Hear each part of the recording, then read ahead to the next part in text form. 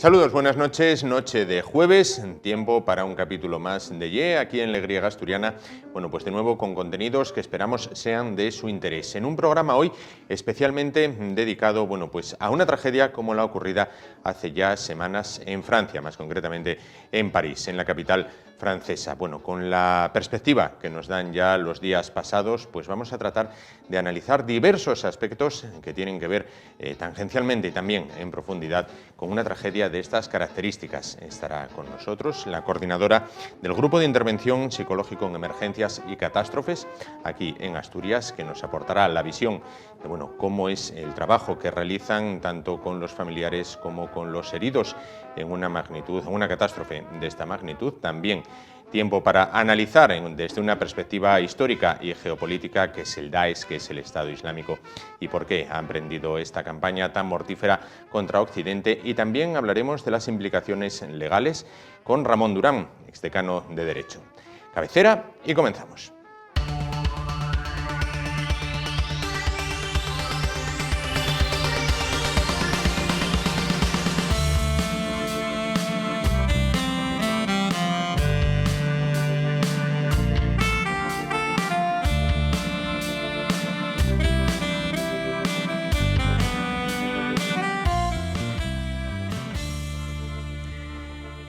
Cuando se produce una tragedia, una emergencia, una catástrofe de esta magnitud, prácticamente después de la primera oleada que acude, es decir, policía, bomberos, cuerpos y fuerzas de seguridad del Estado, para socorrer a las víctimas, así como también personal médico, prácticamente inmediatamente detrás, pues nos encontramos con la ayuda psicológica, la ayuda que prestan los psicólogos. Para hablar de todo ello se encuentra con nosotros Angélica Rodríguez, psicóloga y coordinadora del Grupo de Intervención Psicológica en Emergencias y Catástrofes. Buenas noches. Buenas noches. Bueno, pues lo primero, después de una tragedia como la que ocurrió en Francia hace unos días, ¿en qué consiste el trabajo que ustedes realizan? Bueno, en primer lugar, con aquellas personas que tuvieron la suerte de no perder la vida. En el momento que se produce la activación y han llegado los intervinientes de primer orden, llegamos los psicólogos, cada vez más pronto, también es cierto, sí. Y nuestro trabajo consiste principalmente en repartirnos en los distintos focos familiares que haya. En el caso de París, no lo sé exactamente cómo ha sido la intervención, porque ha habido varios focos, supongo que habría grupos psicológicos en varios, luego siempre suele hacerse como un centro donde se coordina todo, donde puede haber familiares, y nosotros vamos a estar siempre que haya familiares y siempre que haya supervivientes que requieran nuestra atención. En hospitales generalmente no estamos porque el hospital ya cubre esa necesidad psicológica, siempre fuera del hospital, donde monten el hospital de campaña si hace falta, donde nos requieran en ese momento dado. Siempre los protocolos de emergencia te requieren y te dicen dónde debes ir. Claro. ¿Cómo es el trabajo con los supervivientes? Con los supervivientes, la verdad que si hay heridos, si no están heridos, pues están heridos, automáticamente pasan. Si no están heridos, el trabajo principalmente es de escuchar y de apoyar la ventilación emocional, es decir, ayudarles a que hablen, a que suelten, a escucharles, principalmente muchísima escucha activa, estar continuamente ahí con ellos sería lo que más, escucharles y atenderles porque en ese momento la desorganización que tienen es muy grande, es decir, ante una situación traumática, la persona no tiene los recursos suficientes para afrontarlo. Entonces, el apoyo de alguien lo que hace es que recoloque su historia, que normalice, porque que vea que que las reacciones que tiene son normales ante una situación que es la que en realidad es anormal. Esa sería la intervención que se haría con ellos. Con los familiares muy aproximada también. Con los familiares me imagino que muy aproximada también. Muy aproximada. Y también con los cuerpos y fuerzas de seguridad del Estado. Es decir, pensamos, policías, bomberos, personal sanitario de emergencias o de urgencias en este caso, pensamos muchas veces que son de hierro, que están curtidos en 1000 batallas y no les afecta, pero ante una tragedia de estas magnitudes, ellos también se ven afectados, ¿no? También se ven afectados. Y es que ellos mismos también piensan de esa manera. De hecho, a veces les tienes que obligar a salir, porque estarían 24, 48 horas, ellos, todos los intervinientes estarían ahí muchísimo tiempo. El tema es que luego pueden verse con la misma sintomatología que cualquier persona víctima de esa situación. Ese es el problema. Entonces, dentro de los protocolos hay unas sesiones de defusing o de briefing. El defusing sería durante la intervención, de vez en cuando te reúnes con ellos, o se reúnen entre ellos, hablan sobre el tema, ventilan las emociones, lo que sintieron, comparten y vuelven otra vez.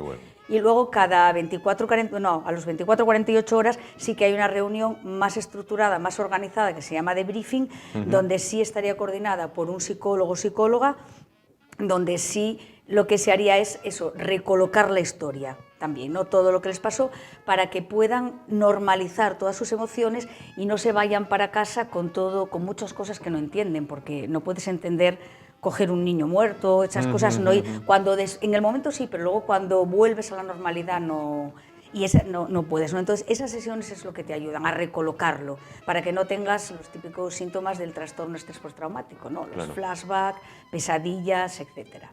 Me imagino que ese trabajo es aplicable también a ustedes, es decir, ustedes como psicólogos escuchan, pero llega un momento que será como el agua que rebasa el vaso y se desborda. Lo mismo, tenemos lo mismo, hacemos lo mismo, tanto las sesiones de reunirnos en los turnos que hacemos, cada 8 o 10 horas en función, cuando cambies de turno te reúnes con los que salieron, ventilas, hablas y quien esté más tocado, o en función de cómo quedemos de tocados, sí que hay esa sesión de debriefing más estructurada que lleva ya unos pasos adecuados, ¿no? Claro. Para nosotros también. España ha sido, ahora, pues está de actualidad Francia con este terrible atentado de París, del que vemos unas imágenes. Bueno, sin embargo, España ha sido un país históricamente muy golpeado por el terrorismo. Aquí también ha habido catástrofes de esa magnitud, incluso mayores. Bueno, ¿qué reacciones emocionales se encuentran ustedes? ¿Cuáles son esas reacciones emocionales más comunes? El abanico de reacciones emocionales es bastante amplio. Pasamos desde el impasse, es decir, la persona que se queda en shock completamente y no sabe reaccionar, hasta una reacción agresiva, pasando por la típica crisis de ansiedad, por una tristeza extrema, por un llanto extremo. Pasamos por un abanico inmenso de reacciones emocionales.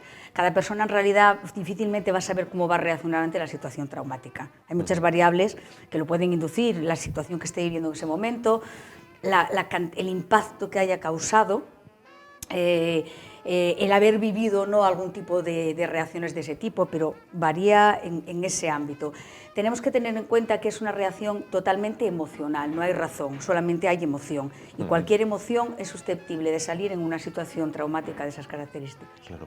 ¿El superviviente puede llegar a sentirse culpable de haber sobrevivido?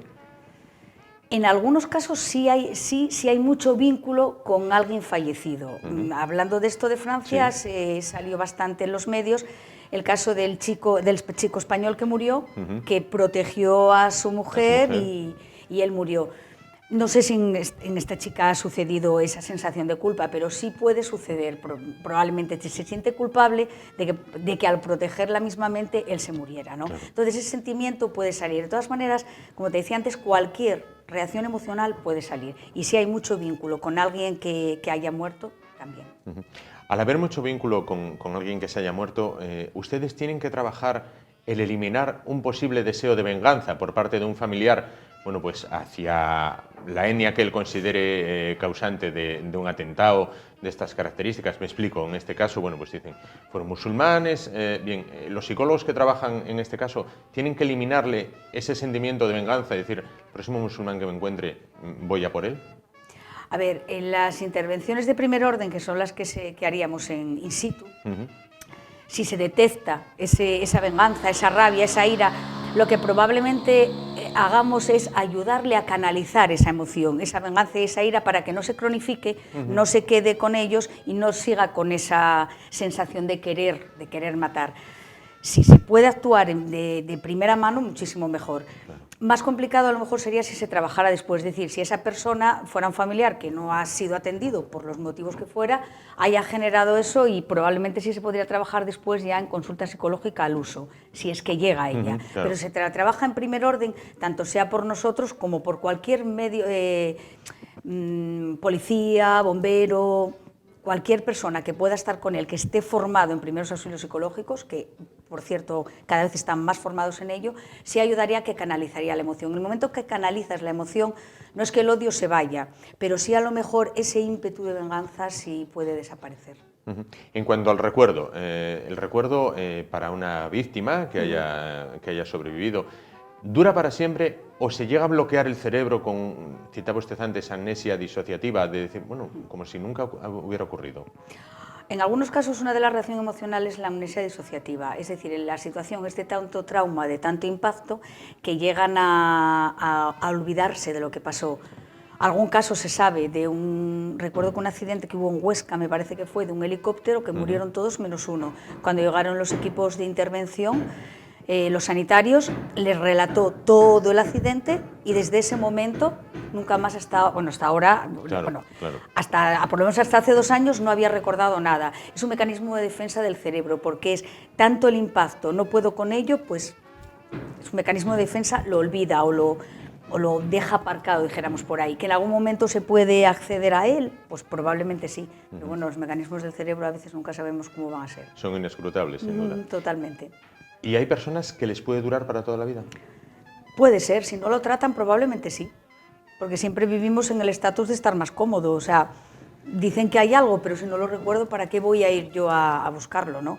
Sí es cierto que tratado en algunos casos ha salido a relucir. Claro, y el tratamiento, digamos, a largo plazo, es decir, ya abandonamos esa zona cero, esa zona de impacto, bueno, ¿en qué consiste? Una vez ya pasados los días, ¿no? Como estamos ahora, con una perspectiva de días. Si la intervención de primer orden, o lo que llamamos primeros auxilios psicológicos, está hecha correctamente, probablemente no haya necesidad de esa segunda intervención, salvo en casos que ya vengan con una patología previa o sean muchísimo más vulnerables por el colectivo que sea o por la situación que estén viviendo.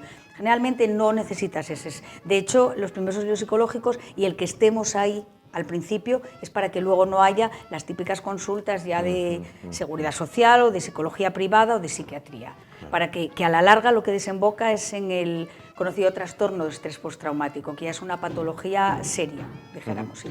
Por otra parte, los niños. Vamos a centrarnos en el apartado infantil.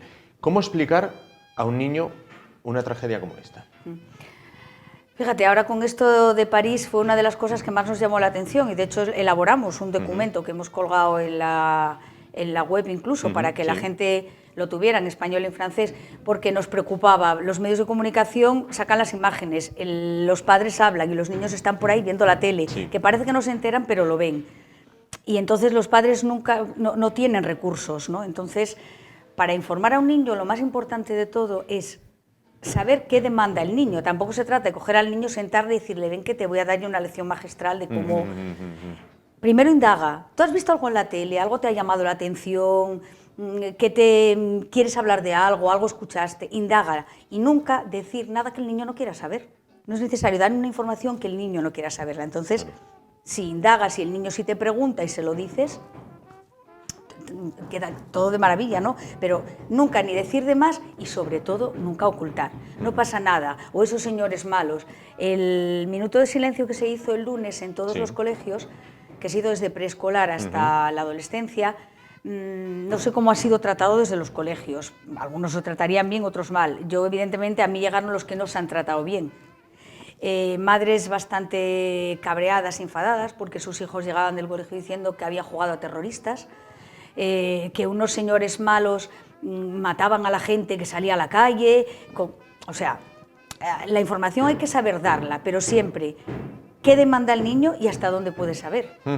Y no ocultar, evidentemente. Entonces hay que tener bastante precaución en ese apartado con los críos. Ahora que citaba usted lo de ocultar o no información a los niños, actualmente a los niños, hablo aquí en España, ¿se les oculta el tema de la muerte? Fíjate, yo creo que cada vez más. Cada vez más. Es un tema que se les aparta, que se les intenta... Hay un exceso de sobreprotección hoy día, no en todos los padres, pero generalmente. Pulula hay un exceso de sobreprotección. Meterlos en una cápsula y que no sufran. Creen que es un sufrimiento eso, cuando es una adaptación. De hecho, la muerte es parte de la vida, con lo cual deberían enseñarnos a adaptarnos a ella desde pequeños. Con lo cual sí creo que se está ocultando o maquillando la historia, dejándola ahí subyacente. Cada vez hay más miedo a la muerte dentro de los niños y la adolescencia, probablemente sea por eso. También ha influido cuando se ha sacado el muerto de casa y ha ido al tanatorio. El niño al tanatorio no va. Entonces, sí creo que haya un poco más de ocultamiento de cara a eso. Lo cual no es bueno. No, yo creo que no. Sencillamente hay que normalizar. La muerte es, mira lo que voy a decir, normal, es que es normal, vamos a morir, ¿no? Entonces hay que normalizar, tienes que crecer viéndolo como normal. Normal, sin llegar al punto macabro, evidentemente, no hay que enseñarle a un niño un muerto si no quiere ver un muerto, pero tampoco hay que apartarle y llevarle a casa del vecino porque el niño está viendo que la familia está mal, que alguien llora, y esa incertidumbre es peor porque no lo sabe reelaborar, probablemente lo grabe de mala manera y desde su interpretación reelabore algo que a la larga pueda ser traumático. Por otra parte, los niños son como esponjas, es decir, se van a quedar con todo, como usted bien decía, con todo lo que vean y oigan. Hablar o culpabilizar de una manera peyorativa a una nacionalidad o una etnia, en este caso, puede ser muy peligroso hacerlo delante de los niños. Vamos, lo tengo súper clarísimo. Tenemos que tener muchísimo cuidado cuando hay niños en casa de cómo hablamos. Nos tenemos que tener muchísimo cuidado. Las ideas que un niño a la larga, cuando sea adulto, genere, que las genere él con lo que va sabiendo integrar a lo largo de los años, no con lo que vaya llegando. Lo que te decía del niño este que dijo estuve jugando a terroristas. Terroristas lo va a unir probablemente a una etnia determinada en este caso y va a crecer un odio que no sabe ni por qué no, porque se quedó con que esta etnia mató y pasó esto. Entonces vamos a dejar que ellos vayan integrando información en función de que vayan teniendo capacidad de poder asimilarla. Tenemos que tener, cuando hay niños, muchísima precaución en cómo hablamos, porque se enteran absolutamente de todo. Por otra parte, hemos tratado durante esta charla de lo que es el tratamiento o la intervención que se realiza, bueno, con la parte que ha sufrido. Sin embargo, ¿hay intervención con la parte que causó el sufrimiento? Me refiero, la policía, por ejemplo, captura a esta gente. Bien, ¿hay manera de hacerles ver lo que hicieron y convencerlos, aunque supongo que serán gente tremendamente mentalizada, que son capaces de inmolarse ellos mismos? ¿Hay manera de convencerlos de mirad lo que hicisteis? Si ellos quieren, sí.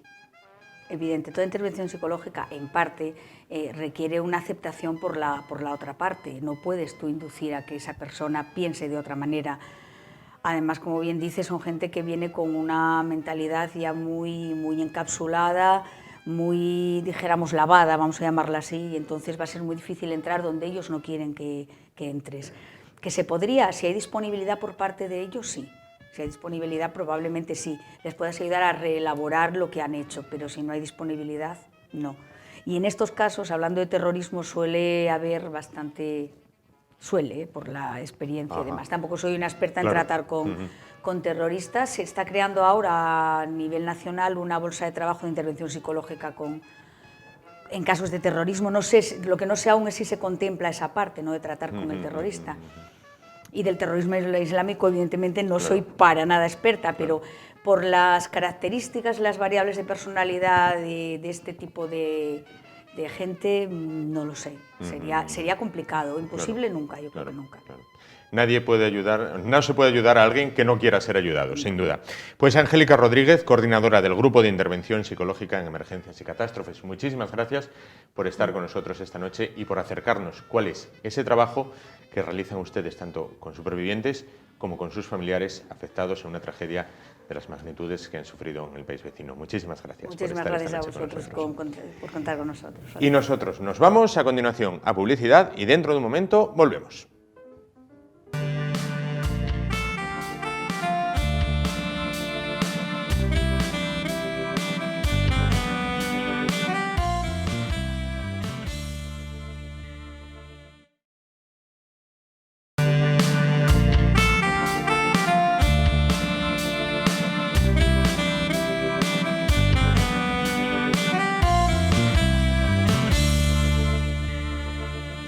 Pues a vuelta de publicidad continuamos tratando el tema que hoy nos ocupa ya con la perspectiva que nos dan los días después de la masacre de París, después de las últimas acciones terroristas. Continuamos analizando este tema, como decimos, y damos la bienvenida a nuestro segundo invitado de esta noche. Se trata de Ramón Durán, catedrático de Derecho Civil de la Universidad de Oviedo. Buenas noches. Muy buenas noches. Bueno, pues la primera pregunta es clara. ¿Todas estas acciones terroristas están potenciando recortes de los derechos para ganar seguridad?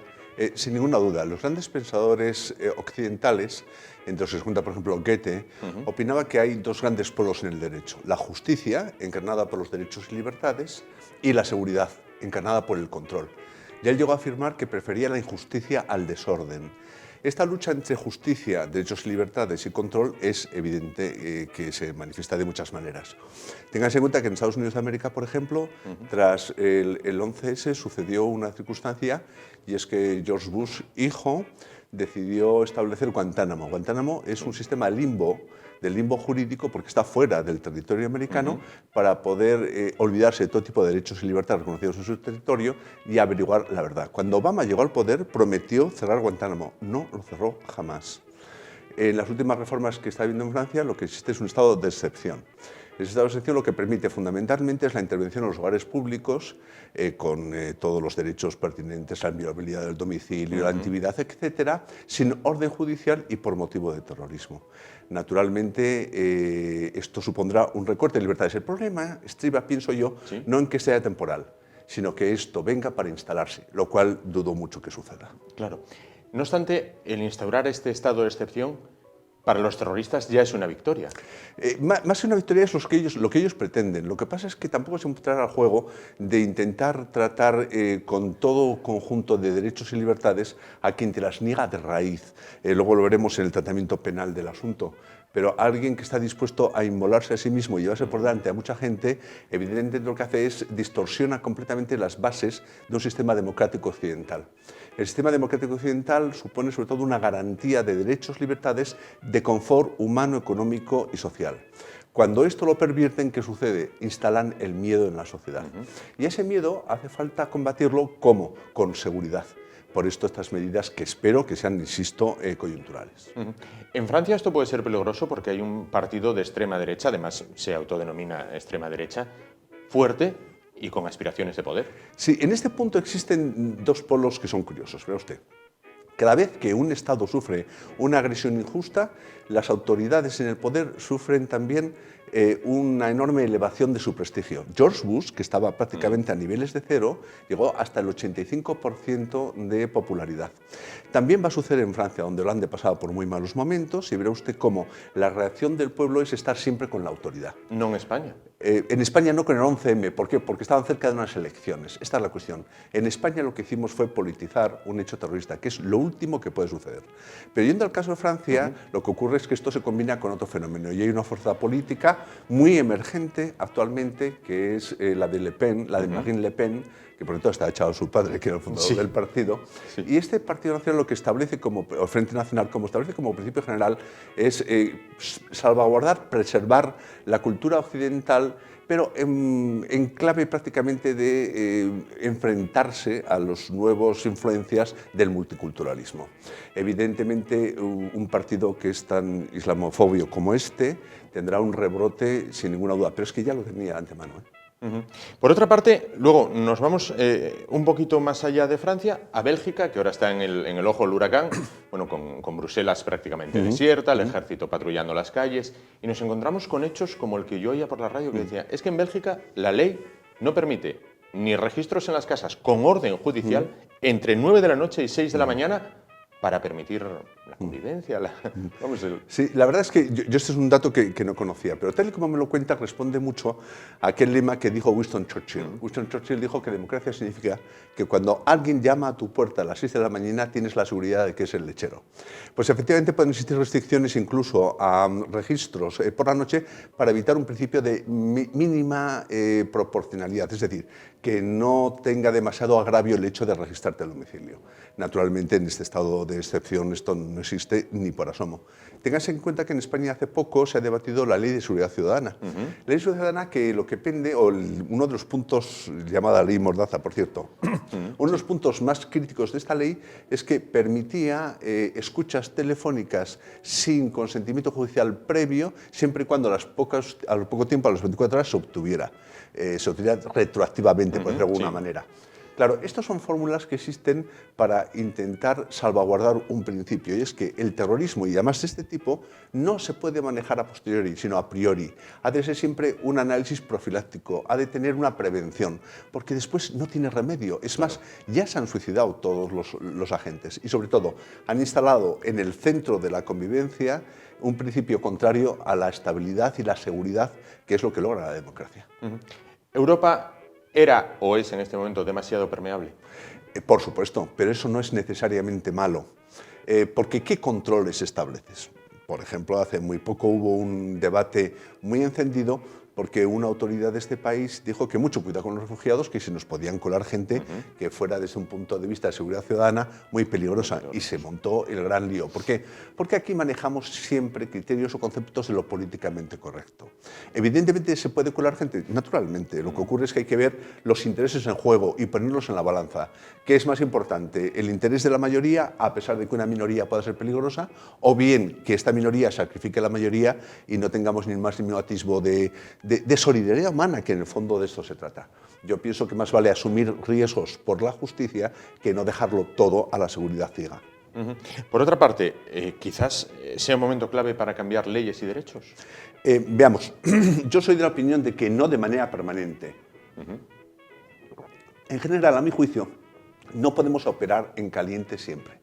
Ahora bien, esto no significa que no instauremos medidas temporales que nos sirvan para paliar una ola como la que venimos padeciendo. El establecimiento de un mero sistema garantista y a toda costa y frente a todos a veces no sirve, o no sirve siempre y en todo momento. Por eso yo estoy muy de acuerdo con estas reformas que se pretenden hacer en Francia y creo yo que temporalmente, claro que debería establecerse. Creo yo que en ocasiones, por ser un poquito pusilánimes o tener miedo o demasiado cautelosos, lo que hacemos es infligimos un daño a la población en general y le hacemos perder cotas de seguridad. En Francia y en Bélgica la gente tenía miedo de salir a la calle. Eso es lo último que puede suceder, porque están encerrados en casa. Claro, con lo cual eso sí es una victoria del terrorismo. Efectivamente, pero es que el terrorismo ya logró la victoria cuando te asesinó a gente en la calle. Yo también creo que en general la respuesta es una respuesta adecuada y que a mí me hubiera gustado, por ejemplo, muchísimo que con ocasión del 11M el mundo occidental hubiera reaccionado de una manera tan decidida como con el caso francés, ¿no? También es cierto que en esto intervienen muchos otros fenómenos, porque Francia, por ejemplo, pronuncia por primera vez la palabra maldita, la guerra, pero una vez que ha bombardeado seriamente Siria. O sea, que en ocasiones tenemos un doble discurso que no es el adecuado. Ahora bien, nadie puede dudar que la reacción frente a esto va a significar intervención allí. Que no digo yo que haya que devolver golpe por golpe, pero salvaguardar el bienestar general de los ciudadanos te obligará a hacer sacrificios y que hay que saber asumirlos. Y además asumirlos con una conciencia de que uno lucha y establece justicia. La democracia ha de ser defendida, y defendida con uñas y dientes. Lo que no podemos hacer es establecer principios de equidistancia o de miedo, porque el terrorista esto lo huele como el tiburón en la sangre y atacará sin ninguna duda. Aunque nos vayamos un poco del tema, usted habla de una intervención armada, me imagino, sobre el terreno. Sí. ¿Puede Europa afrontar eso sin el amigo americano, sin el primo americano? Sí, no se puede, sin el primo americano y sin el cuñado ruso. ¿Por qué? Porque estas dos grandes potencias primero tienen la primacía en el globo, pero no solo es esto, sino que además en Siria es un espacio muy sensible para Rusia. Rusia es el único defensor de Assad. ¿Por qué? Porque establece su salida a un territorio que ellos necesitan. En virtud de esto, una intervención sin Rusia y sin Estados Unidos no tiene sentido. Es más, Europa es la menos decidida a estas cuestiones. ¿Por qué? Porque ha sufrido dos guerras mundiales en su territorio que son prácticamente insoportables, que han hecho del militarismo el gran enemigo, y a mí me parece adecuado. Hay que tener en cuenta en este sentido que una de las mayores desgracias que ha existido recientemente fue que antes de ayer se derribó un avión ruso por las fuerzas aéreas turcas. Turquía es OTAN. Sí. Y eso puede llevar a enfrentamientos antes de empezar una campaña común. Ahora, que todo el mundo debía tener un sentido de defensa de lo que nos resulta conjunto, sin ninguna duda. Con mucho cuidado de no afectar a poblaciones civiles, porque las guerras en el fondo se miden no en bajas de efectivos militares, sino en sufrimiento de población civil. Sufrimiento de población civil, vamos a hilar este tema con el siguiente durante el mes de septiembre. Y digo durante el mes de septiembre porque de repente desaparecieron de los telediarios. Día tras día durante el mes de septiembre veíamos los refugiados sirios llegando en oleadas, algunos sufriendo incluso agresiones en Hungría, sufriendo agresiones en distintos países centroeuropeos. Bueno, desaparecieron del mapa, es como si ya no hubiera refugiados sirios. ¿Estas acciones terroristas inciden negativamente sobre ese acogimiento a los refugiados? Sin ninguna duda. Es decir, ¿van a pagar justos por pecadores? Sin ninguna duda. como los justos que han sido asesinados en París pagan por los pecadores que son los terroristas yihadistas. Aquí hay un principio que me parece que es evidente. Europa se enfrenta a un gran debate de fondo y es la multiculturalidad sí o multiculturalidad no. Yo soy un acérrimo contrario a la multiculturalidad entendida como equidistancia de valores. Las personas que vengan aquí han de asumir los valores occidentales, no porque sean nuestros, sino porque son mejores. Es mejor un valor que defienda a la mujer que no un valor que denigre a la mujer. Es mejor un valor que defienda la igualdad de los ciudadanos que no un valor que defienda otra cosa. Es mejor un valor de la democracia y del trato igualitario que un valor de las jerarquías. Estos son valores absolutos y estos han de ser defendidos. Por tanto, multiculturalidad sí, pero con unos principios esenciales que no podemos nunca renunciar a ellos. Y es que quien pretenda utilizar la religión como un ariete contra los derechos civiles ha de ser impedido a toda costa. Y esto no supone una limitación de la libertad religiosa, sino entender adecuadamente la libertad religiosa. ¿Y cómo podemos entender entonces a voces que se alzan, incluso aquí en España, donde se guarda un minuto de silencio por los fallecidos en Bataclan, en París, y a continuación un minuto de silencio por los fallecidos en el bombardeo que hicieron los aviones franceses? Claro, porque este es el problema de la equidistancia, de lo políticamente correcto. No podemos dar el mismo valor a situaciones que son distintas. Insisto, ¿cuánta de esa gente que guardó un minuto de silencio duraría ni 10 minutos si esta gente lograra imponer sus principios políticos y sociales? No durarían ni 2 minutos. Y esta inconsciencia nos lleva a que no sepamos defender la democracia occidental. Este es el problema, la equidistancia. En el terrorismo siempre te plantea el problema de la equidistancia. No soy de aquellos que tienen una mentalidad maniquea de buenos y malos, pero sí que sé observar que hay valores superiores a otros. Y estos valores que nos han definido como sociedad occidental, que ha logrado el mayor progreso de la humanidad, que ha logrado el confort superior de las poblaciones, ha de ser mantenido de una manera férrea. Ante esto no caben cobardías, no caben equidistancias. Hay víctimas y hay verdugos. Y a veces confundir estos dos aspectos nos llevará a situaciones muy dolorosas. Arturo Pérez Reverte, perdón, el escritor y periodista académico de la lengua, Arturo Pérez Reverte, el otro día también expresaba, uno de sus escritos, decía, vivíamos en una Disneylandia de la que nos han despertado, pues en un amargo despertar. ¿Está de acuerdo? Pues, absolutamente de acuerdo, es que se trata de esto. Precisamente el terrorismo lo que hace es siembra el miedo, siembra el terror. Es decir, te hace sospechosas situaciones cotidianas que son para ti satisfactorias, de convivencia, de espacio solidario, de espacio de calle abierto, de seguridad en tus derechos y libertades. Te pone todo esto en riesgo.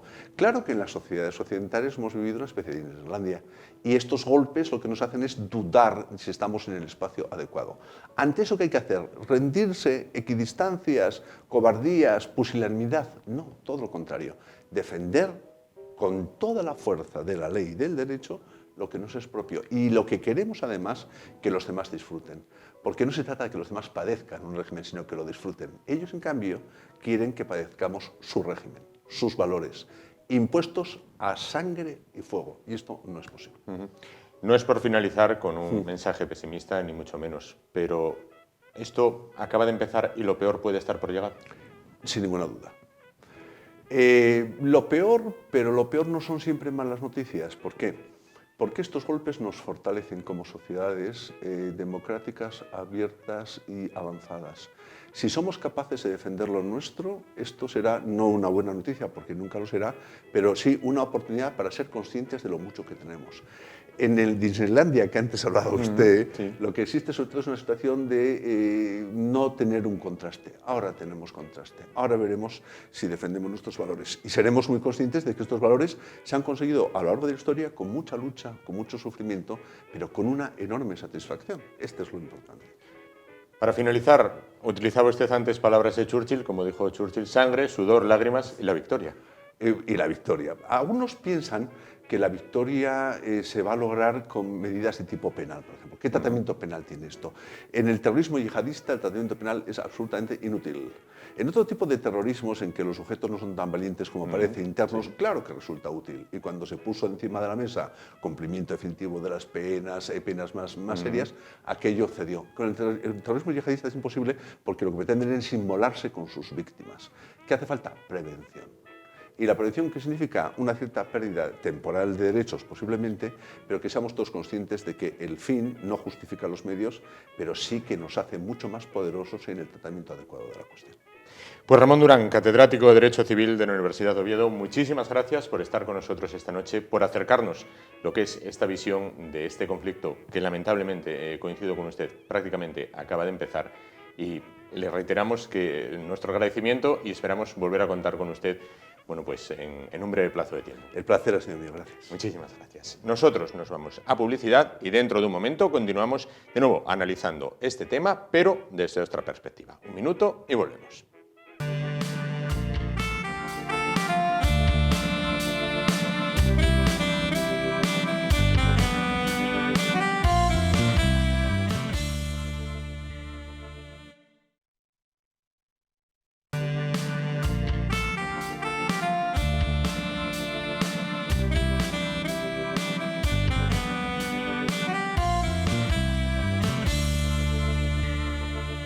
Bueno, pues vamos a retomar el tema donde lo habíamos dejado con el catedrático de Derecho Civil de la Universidad de Oviedo, Ramón Durán. Vamos a continuar hablando de este tema con la perspectiva, como decíamos, que ya nos dan los días después de la masacre ocurrida en París. Pero bueno, las noticias se suceden un día tras otra y tras otro y ninguna parecen halagüeñas. Para hablar más en profundidad de este asunto desde una perspectiva histórica, se encuentra con nosotros el historiador y analista José María Rodríguez. Buenas noches. Buenas noches. Bueno, pues vamos a centrar los asuntos. ¿Qué es el Estado Islámico y dónde se ubica?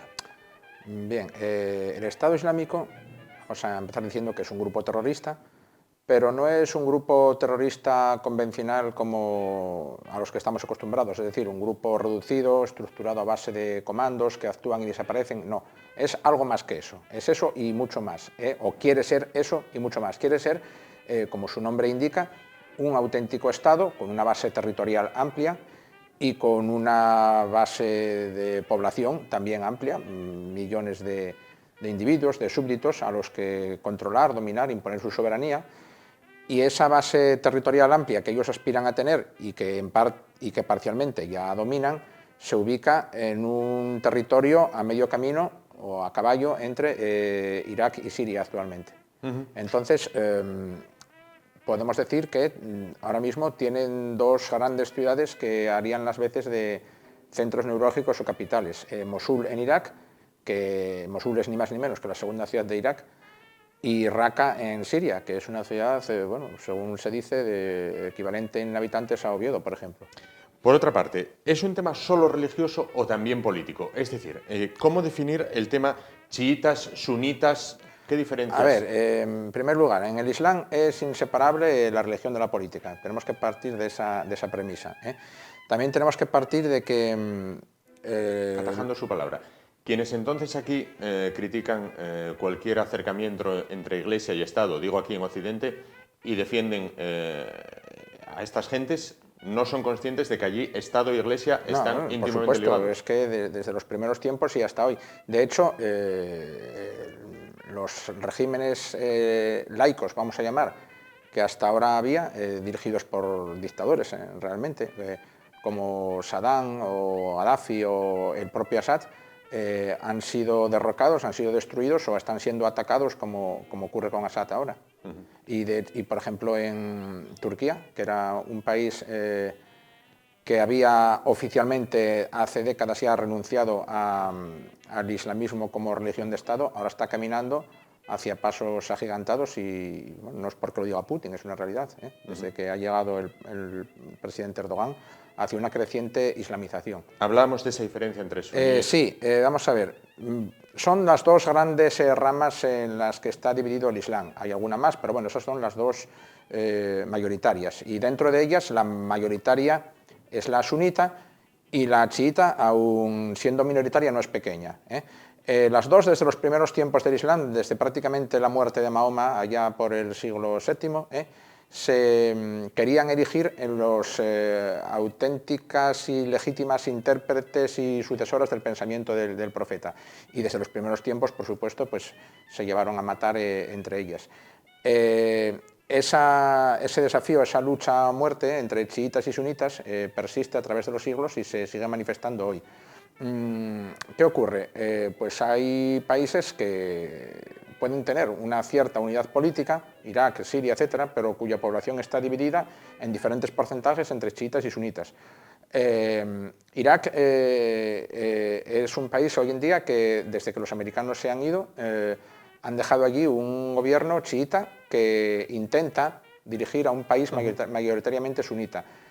En Siria pues tenemos al presidente Assad, que pertenece a la minoría chiita, y en cambio gran parte de la población es sunita y, bueno, y de otras también religiones y confesiones. Hay cristianos en Siria, pero el Estado Islámico es sunita y está apoyado directa o indirectamente, ya de forma explícita en ocasiones, por los grandes países sunitas, donde el sunismo es la confesión oficial, que son Arabia y las monarquías del Golfo, Arabia y Qatar, por ejemplo.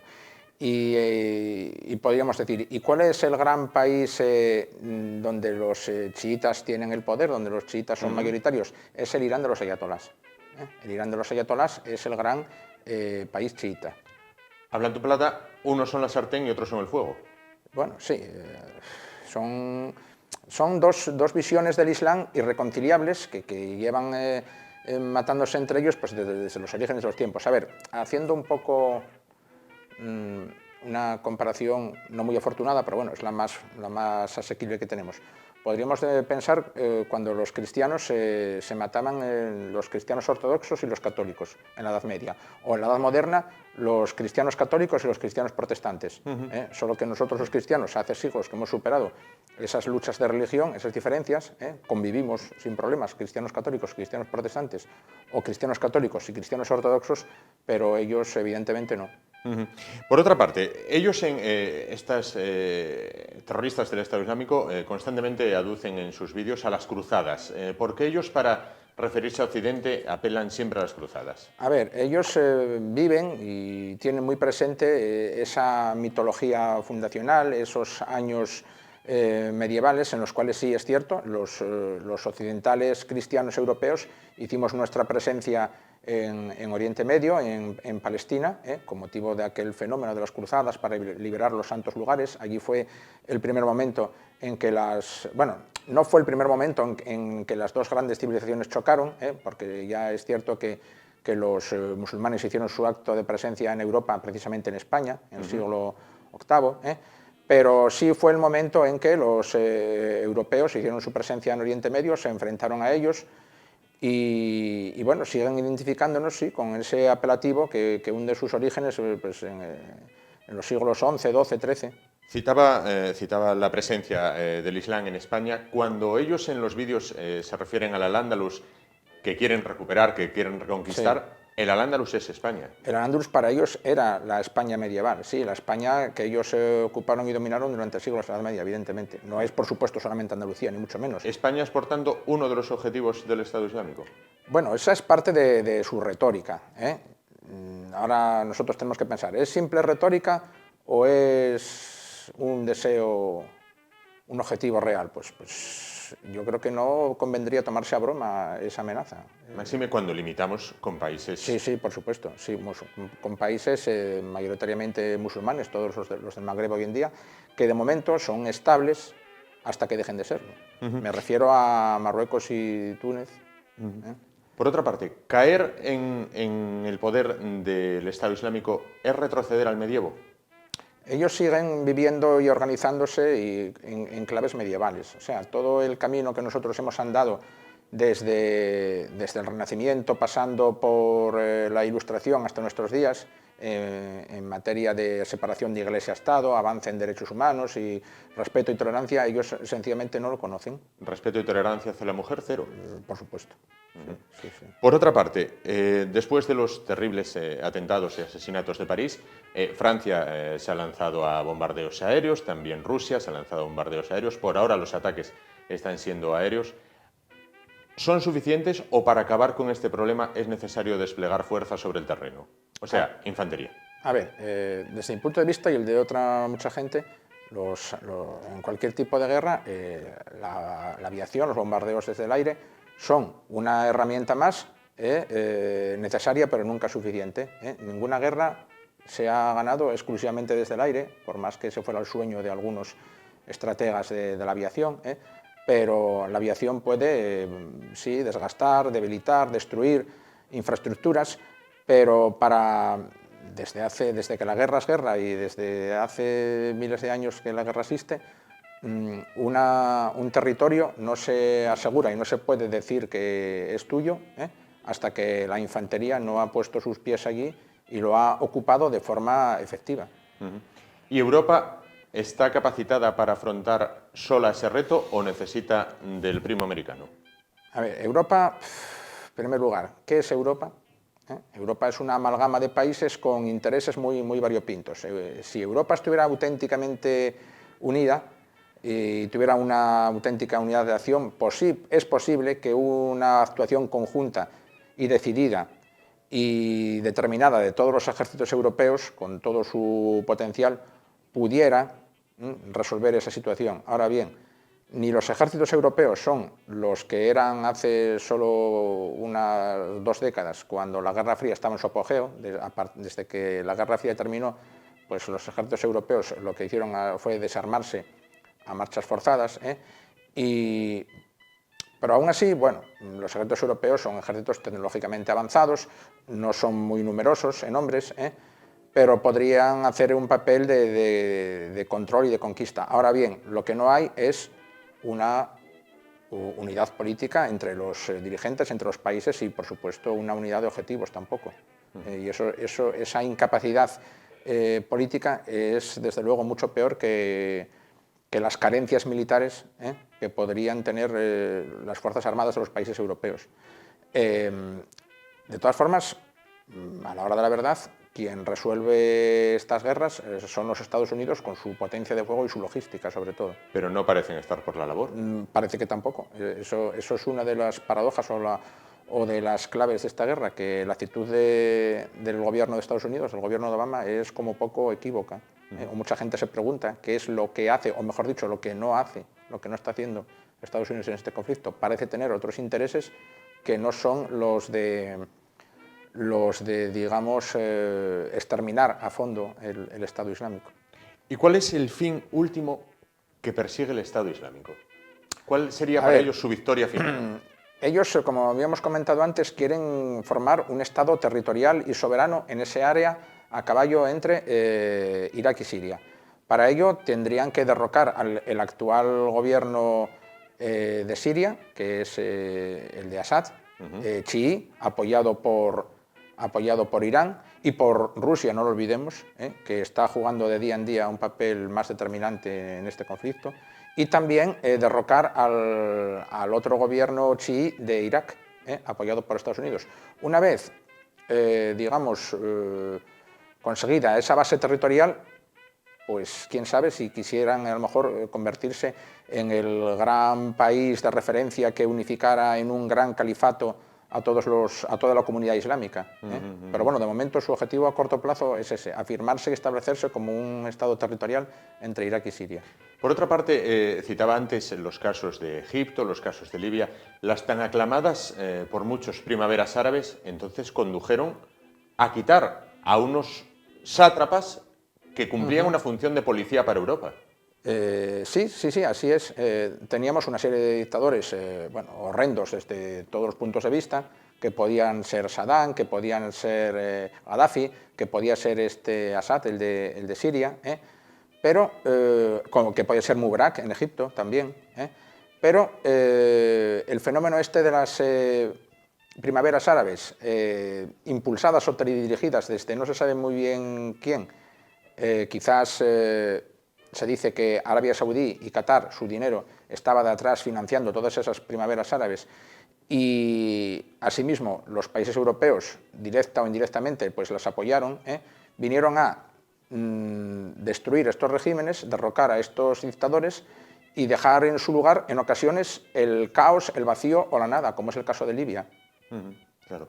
Por otra parte, mucha gente se lo pregunta, ¿a quién vende esta gente el petróleo y quién a ellos les vende las armas? A ver, el petróleo, como tantos otros mercancías de consumo, es un objeto de tráfico y contrabando. Se puede traficar y hacer contrabando con él como cualquier otra mercancía. En toda esa zona convulsa y sin ley hubo toda la vida pues, redes de contrabando que lo mismo traficaban con personas, con armas, que, ¿por qué no?, con petróleo. En principio, el petróleo tiene que tener salida a los países limítrofes. Uno de ellos es Turquía. De hecho, gran número de estos camiones cisterna que están siendo destruidos desde el aire en estos últimos días parece ser que se dirigían hasta Turquía. Y Turquía o bien hace la vista gorda o bien colabora de forma directa o indirecta en ese tráfico. También podrían ir a Jordania, que es otro país pequeño pero limítrofe. Incluso se dice que ya en el colmo de la paradoja, que pueden ser vendidos al gobierno del propio Assad, aún siendo el enemigo, pero bueno, en tiempos de guerra los negocios siguen fluyendo igualmente. Claro. ¿Y quién les suministra las armas? ¿O quién les vende las armas? Las armas, todo indica que, bueno, lo mismo que decíamos antes, que las armas se mueven y circulan por todo el mundo a través de esos circuitos de contrabando, pero parece ser que vienen de Arabia Saudí, Qatar, que son los grandes países padrinos del sunismo. Y luego, yendo un poco más allá, esas armas pueden ser muy bien de origen norteamericano también, de fabricación. No estamos con ello diciendo que Obama directamente venda armas al Estado Islámico, pero por vía interpuesta, esas armas fabricadas en Estados Unidos son adquiridas por Arabia Saudí y Qatar y luego terminan indirectamente en manos de este grupo. Con lo cual, el laberinto es sin duda inescrutable. Vamos a finalizar con la misma pregunta que hacíamos a nuestro invitado anterior, Ramón Durán, catedrático de Derecho Civil de la Universidad de Oviedo. Lamentablemente, esto acaba de empezar solamente. ¿Estamos solo descubriendo la punta del iceberg? Bueno, esto ya ha empezado desde hace mucho tiempo. Lo que pasa es que ahora nosotros, los europeos, nos hemos alarmado y despertado cuando hemos visto que las matanzas nos empiezan a salpicar nosotros también. Pero ellos llevan, como hemos dicho, chiitas y sunitas asesinándose desde hace siglos. El Estado Islámico no es nuevo, ya surgió hace varios años en Irak, solo que en un primer momento, bueno, pues formaba parte de ese conglomerado de Al-Qaeda y luego se independizó. Al principio solo liquidaba a chiitas, pero luego ya empezó digamos, a extender su radio de acción y ya empezaba a eliminar a otros musulmanes que no se mostraban tan radicales como ellos o que no querían someterse a ellos. Pues nada más, muchísimas gracias por acercarnos, bueno, estos términos para muchos desconocidos, pero que oímos constantemente en televisión y radio: Estado Islámico, chiíes, suníes. Bueno, pues todo este tema, de dónde les viene la motivación y cuáles son sus fines últimos. Y Al-Ándalus es España y muchos... Y yo creo que para ellos es algo más que un concepto retórico. Si dicen que quieren o aspiran a reconquistarla o recuperarla, es algo que no tendría que tampoco quitarnos el sueño de inmediato, pero sería algo que no tendríamos que dejar caer en saco roto.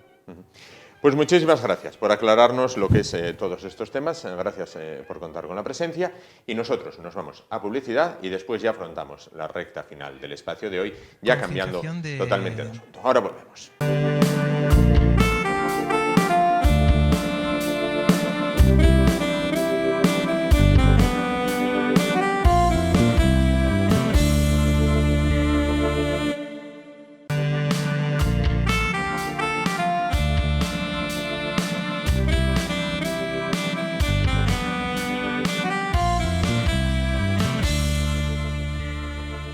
Bueno, pues a vuelta de publicidad abandonamos el tema que estábamos tratando hasta este momento, afrontamos ya la recta final de nuestro espacio de hoy. Vamos a cambiar totalmente de asunto, ya que mañana, bueno, pues el Colegio de Titulados Mercantiles, bueno, pues celebra su festividad.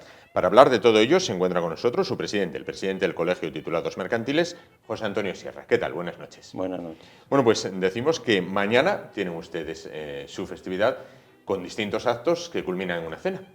Efectivamente, mañana viernes tenemos unos actos de celebración del colegio.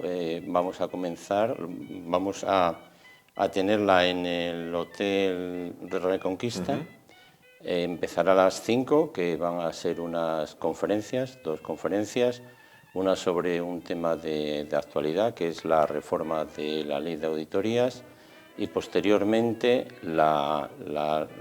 sobre la ley general tributaria, y con posterioridad sobre alrededor de las 8 de la tarde, pues tendremos entrega de los homenajes a los colegiados.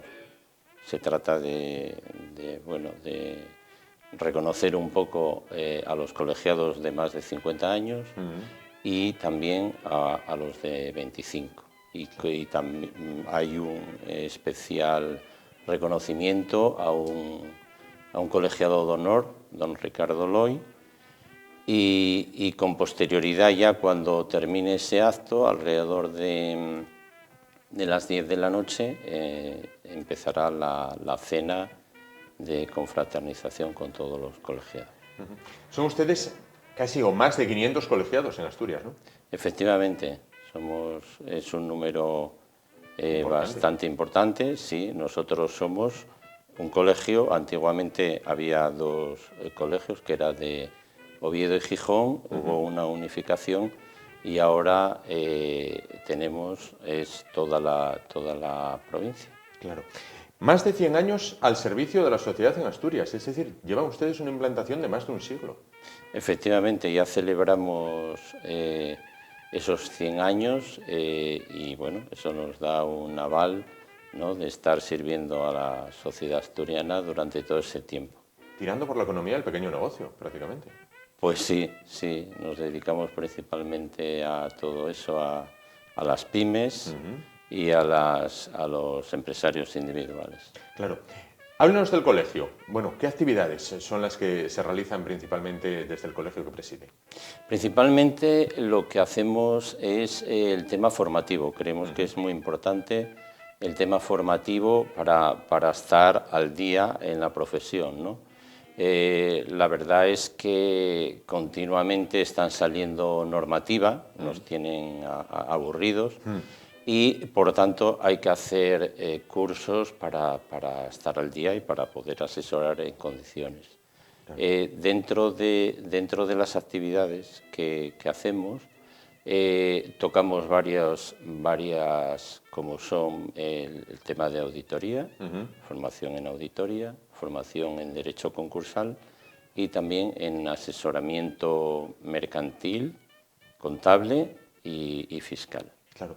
Dentro de esa formación continua, digamos, porque si siempre está la dicotomía de que es más sencillo llegar o mantenerse, en este caso mantenerse y mantenerse actualizado, bueno, pues el gobierno prácticamente lanza un decreto tras otro y hay que estar al día o los tiempos te comen, ¿no? Efectivamente, vamos, hoy en día si no estás al día no estás en el mercado. Y además, bueno, pues hoy para tener un poco de seriedad, de poder asesorar en condiciones, por eso organizamos del orden de unas 60 horas al año, que es un esfuerzo por parte de los colegiados.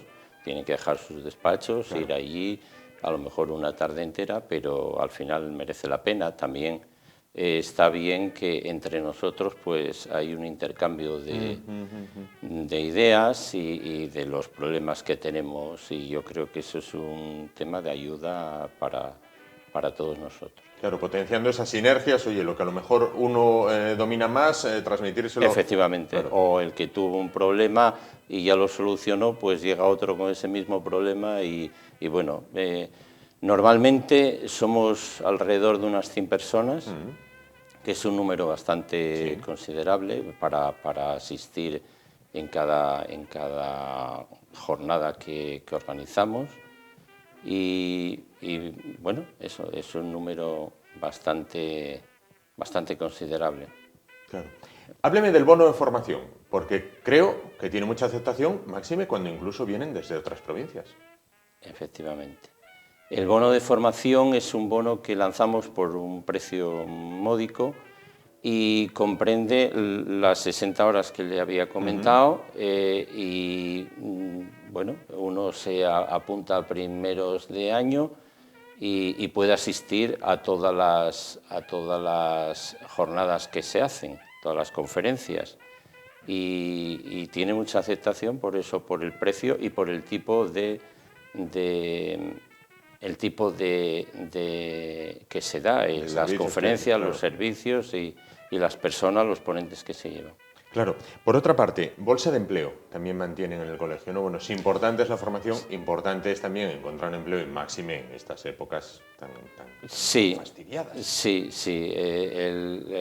La bolsa de empleo lógicamente hay que tenerla porque hay incorporaciones de nuevos colegiados y es ahí donde le damos un valor añadido. Entonces, en esa bolsa de empleo es lo que van buscando y lo que se trata de potenciar para que encuentren un trabajo. Empresariales, cuando era carrera de 3 años, vamos a hablar antes de la implantación de los grados y todo esto, pues era una de las de mayor aceptación en la universidad. Muchísima gente, bueno, pues se matriculaban en empresariales, algunos se acababan y ya se dedicaban al mercado laboral, otros incluso pasaban a económicas. Bueno, ¿qué salidas profesionales tiene un licenciado en empresariales por aquel entonces y ahora? Bueno, con los grados nuevos, ¿qué salidas profesionales tienen? Salidas profesionales, bueno, pues es o bien montarte tú un despacho o bien trabajar por cuenta ajena. Claro. El tema que, bueno, por cuenta ajena estaba estos años un poco complicado y muchos lo que hacen es ir empezando montando un despacho e ir trabajando poco a poco hasta llegar a un nivel que puedan mantenerse y esa es la salida primordial. Otra ya sabemos que es marcharse de Asturias o al extranjero a buscar trabajo. Claro, por otra parte, esa gente que decide montar su propia empresa, su propio despacho, son unos valientes. Pues sí, efectivamente, hoy en día hay que tener valor. Hombre, al principio, pues como todos empezamos, pues con mucho trabajo, echando muchas horas y al principio, lógicamente, los costes son superiores a los ingresos, ¿no? Pero, bueno, hay que empezar de alguna manera. ¿Se notó mucho el tema de la crisis? Pues sí, nosotros lo notamos porque nosotros trabajamos para las empresas. Si no hay empresas o esas empresas trabajan menos, pues eso lógicamente repercute en nosotros. ¿Y satisfa una recuperación, aunque sea pequeña? Hombre, yo creo que sí, hay algunas empresas que cuando hace 2 o 3 años la gente ni se le pasaba por la cabeza, ahora ya parece que esas ideas que tenían, que ven que es el momento de empezar, ¿no? Hombre, recuperado, sabemos que por el paro, por los datos del paro no recuperado, pero como también la economía es un tema psicológico, pues bueno, aquel que quería hacer alguna cosa, pues empieza a lanzar. Claro. Por otra parte, hablaba usted antes de un tema que me parece tremendamente importante, ese tema de la formación, ese tema de estar actualizados. Han tenido que estar muy al día, porque cualquiera que siga un poco los telediarios, bueno, desde el Ministerio de Economía, desde el Ministerio de Hacienda, bueno, administraciones públicas incluso, esos ministerios se han ido lanzando una reforma tras otra prácticamente. Efectivamente, yo es que, vamos, es complicado el asimilarlo todo lo que sale. Yo creo que no sé quién están en los ministerios que están sacando una normativa que bueno, la normativa es para que la cumplamos todos los ciudadanos y el asimilarlo está siendo difícil porque es una locura, ¿eh?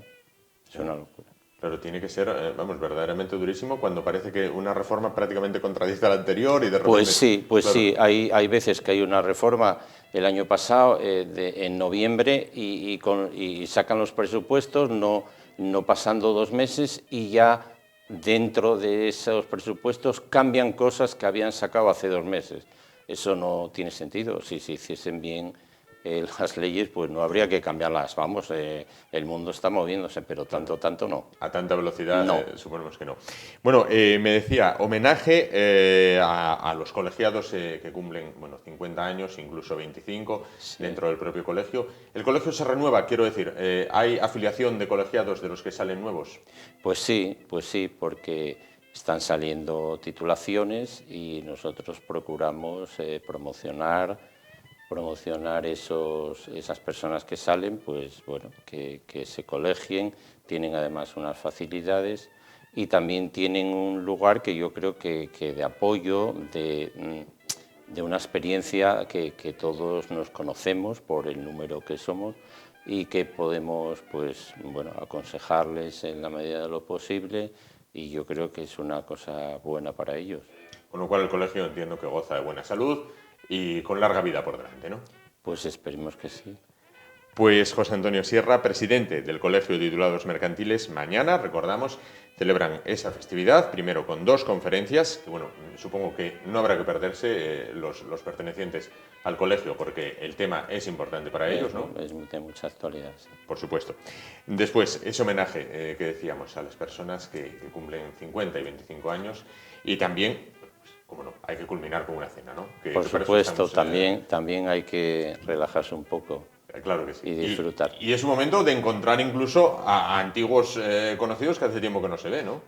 Sí, porque hay veces que no te los encuentras y es un buen momento para además estar y hablar distendido y de otras cosas, porque también hay que hablar de otras cosas. Claro, por supuesto. Pues todas las felicidades del mundo por esa festividad, toda la suerte del mundo para mañana, que todo salga a la perfección, como estamos seguros que saldrá, y muchísimas gracias por acompañarnos esta noche, por acercarnos lo que es el microcosmos de los titulados mercantiles, ese mundo que bueno, muchas veces pues, son profesionales de los cuales sabemos de su existencia, pero no conocíamos al dedillo, bueno, pues qué es lo que realizan ni cómo lo realizan. Muchísimas gracias por estar con nosotros esta noche. Muchas gracias. Y nosotros, con la presencia del presidente del Colegio de Titulados Mercantiles, llegamos al final del espacio de hoy. Les recordamos que mañana de nuevo volveremos con temas que esperamos sean de su interés. Gracias por su atención y muy buenas noches.